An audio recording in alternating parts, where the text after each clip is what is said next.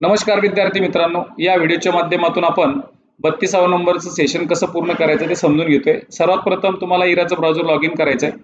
सेलपाथ learning वरती तुम्हाला जाईल। टायपिंगची प्रॅक्टिस टेस्ट कंप्लीट करून मी डायरेक्टली सेलपाथ लर्निंग वरती आलोय।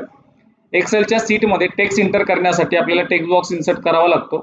या ठिकाणी आपल्याला चूक आन्सर द्यायचे आहे। डायरेक्ट सेलला टॅप करून आपण शब्द तिथे टाइप करू शकतो।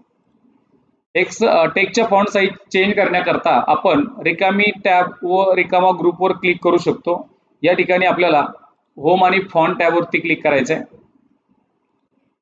टेक्स्ट अरेंजमेंट चेंज करण्याचे फीचर्स रिकाम्या टॅब वर उपलब्ध असतात। त्याचं उत्तर आपल्याला होम टॅबच द्यायचे आहे। तुम्ही तुमच्या टेक्स्टचा फॉन्ट कलर चेंज करू शकता का? हो, आपण करू शकतो, म्हणजेच आन्सर आपल्याला बरोबर द्यायचे आहे।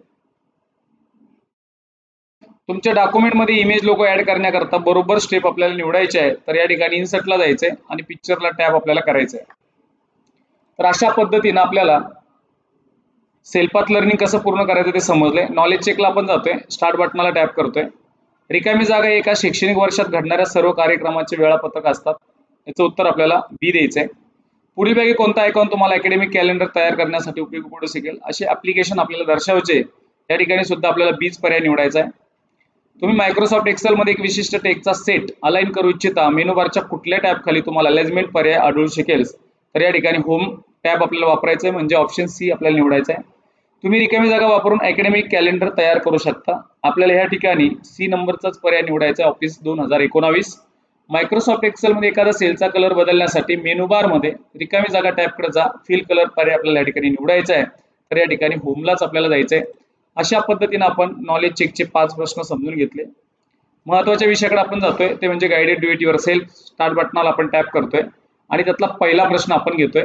आणि पहिला प्रश्न असा आहे, डिस्प्ले करण्यात आलेल्या सीट मध्ये रो नंबर 4 कॉपी करायचा आहे। 4 नंबर रो आपण सिलेक्ट करू, कॉपी बटनावरती जायचंय आणि 20व्या नंबरच्या सेल वरती 20व्या नंबरच्या लगत एक सेल आहे, त्यावरती टॅप करायचंय तुम्हाला आणि पेस्ट बटनावरती क्लिक करायचं। असं केल्याच्या नंतर रो कॉपी पेस्ट झाली, त्यानंतर उत्तर आपल्याला सबमिट करायचं आहे। नंबर 2, दिलेल्या वर्कबुक मध्ये B2 ते F2 सेल सिलेक्ट करायचे आणि त्याला अलाइनमेंटचा ग्रुप वापरून सेल मर्ज करायचा आहे। B2 प्लस F2, B2 पासून तर F2 पर्यंत हे सेल सगळे सिलेक्ट करायचे आणि त्याला मर्ज आणि सेंटर आपल्याला असं वापरायचं आहे। बाजूला क्लिक करायचं, आपल्याला उत्तर आपल्याला सबमिट करायचं आहे।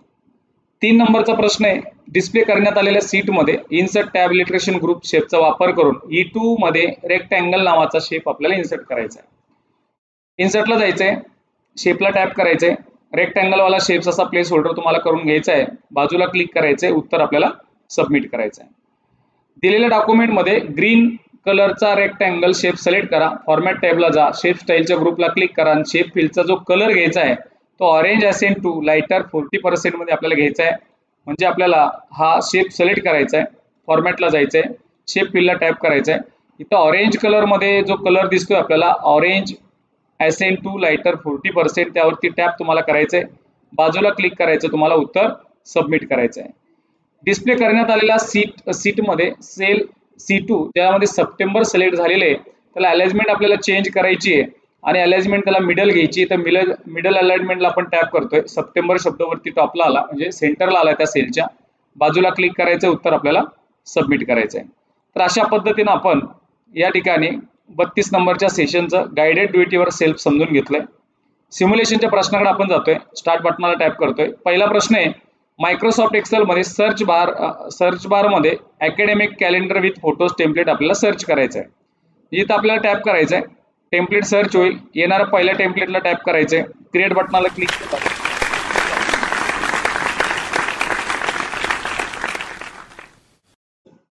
नंबर 2च्या प्रश्नाकडे आपण जातोय।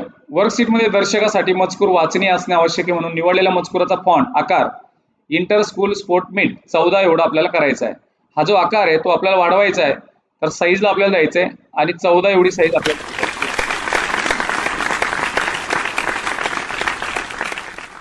सिम्युलेशनचे 2 प्रश्न आपण या पद्धतीने कंप्लीट केले। पहिला प्रश्न जो होता तर तो टेम्पलेटचा होता, दुसरा प्रश्न त्या ठिकाणी मजकुराचा होता की जिची फॉन्ट साईज आपल्याला 14 एवढी करायची होती, त्याला आपण एंड केलंय। सेशन कंप्लीशनला आपण जातोय, स्टार्ट बटनाला आपण टॅप करतोय। धनादेश किंवा ठेवीच्या पावत्या त्यांच्या तळाशी असलेले क्रमांक वाचण्यासाठी बँकेमध्ये या रीडिंग डिव्हाइसचा उपयोग केला जातो, ज्याला MICR असं बोललं जातं. 1 नंबरचा पर्याय आपल्याला त्या ठिकाणी निवडायचा आहे. OMR, OCR, MCR हे सर्व रिकाम्या जागेचे प्रकार आहे. तर हे कॅरेक्टर आणि मार्क रेकग्निशन डिव्हाइसेस आहे, म्हणजे 3 नंबरचा पर्याय आपल्याला या ठिकाणी निवडायचा आहे. मॅग्नेटिक कार्डमध्ये कार्डचा रीडरशी प्रत्यक्ष संपर्क येण्याची आवश्यकता नसते. या ठिकाणी आपल्याला चूक असं आन्सर याचं द्यायचं आहे. OMR, OCR, MCR हे सर्व रेडिओ फ्रिक्वेन्सी कार्ड रीडरचे प्रकार आहे, याचं सुद्धा आन्सर आपल्याला चूक द्यायचं आहे. तर अशा पद्धतीनं आपण 32 नंबरचं सेशन व्यवस्थित समजून घेतलंय. परत पुन्हा भेटू आपण 33 नंबरच्या सेशनमध्ये.